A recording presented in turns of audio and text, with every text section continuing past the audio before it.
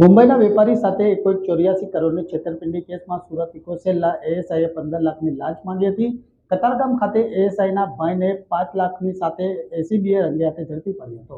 મુંબઈના વેપારી ભાગીદાર સામે મુંબઈના છેતરપિંડીનો ગુનો દાખલ થયો હતો. જે ગુનામાં સુરત ઇકોસેલના એએસઆઈ સાગર પ્રધાન ફરિયાદી અને તેના ભાગીદારને ઇકોસેલ ખાતે લઈ આવ્યા હતા. ફરિયાદીની ઓફિસમાંથી લેપટોપ, ડીવીઆર, કંપનીના દસ્તાવેજ અને ડાયમંડ લઈ આવ્યો હતો. જે બાદ ફરિયાદીને ઇકોસેલ કચેરીએ લાવી તેના ભાગીદારને મુંબઈ પોલીસને સોંપી દેવામાં આવ્યો હતો. જ્યાં ઓફિસમાંથી લઈ આવેલા સામાન પરત આપવાના આવેજ પેટે ઇકોસેલના એએસઆઈએ 15 લાખની લાંચ માંગી હતી. પતાવતના અંતે 5 લાખમાં સમાધાન થતા ફરિયાદીએ સુરત એસીબીનો સંપર્ક કર્યો હતો. કતારગામ ખાતે એએસઆઈના ભાઈને આ લાંચની રકમ લેતા એસીબીએ રંગે હાથે ઝડપી પાડ્યો હતો.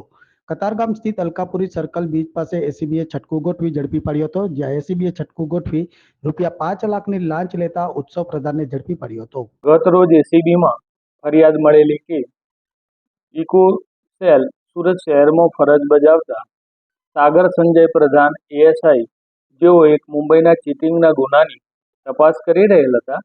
જે કામે તેઓએ આરોપી તથા મુદ્દામાલ હસ્તગત કરેલ. જે મુદ્દામાલમાં લેપટોપ, ડાયમંડ વગેરે મુદ્દામાલ હતો. જે મુદ્દામાલ છોડવાના અવેજ પેટે આ કામના ફરિયાદી પાસેથી તેઓએ 15 લાખ રૂપિયાની માગણી કરેલી અને એ 15 લાખ પૈકી 5 લાખ રૂપિયા લેવા માટે તેમના ભાઈ ઉત્સવ સંજય પ્રધાનને તેઓએ ગતરોજ મોકલેલ. જેઓ 5 લાખ રૂપિયા લેતા રેડ હેન્ડ પકડાઈ ગયેલ છે અને આ બંને ઇસમો વિરુદ્ધ કાયદેસર કાર્યવાહી કરી અને તપાસ હાથ ધરવામાં આવેલ છે.